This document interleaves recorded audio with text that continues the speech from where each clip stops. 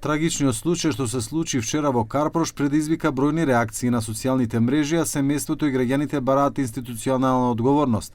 Братот на жртвата Александар Стојановски преку статус на Facebook ги обвини институциите за неактивност и покрај бројните пријави за семејно насилство. По долгогодишни пријавувања за семејно насилство, физичко и психолошко малтретирање на двете, закани, пријави, обид за убиство сред државна институција, ја загубив мојата внука и сестра. Државата дозволи да згаснат млади животи. Ве молам, не шпекулирајте за тоа што се случи.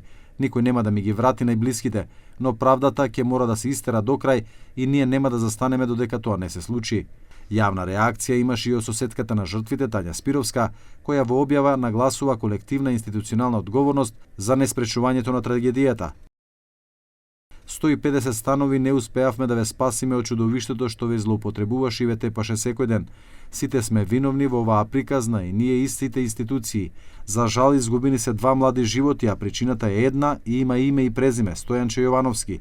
Не ја обвинувајте мајката, очигледно тоа бил последниот излез од темнината во која се наоѓала. Од Националната мрежа против насилство врз жените и семејно насилство бараат, како што истекнуваат, титна, целосна и независна истрага. Она што го гледаме не се изолирани инциденти, туку модел на недоволна превенција, задоцнати институционални реакции, слаба проценка на ризик и недоволна заштита на жртвите.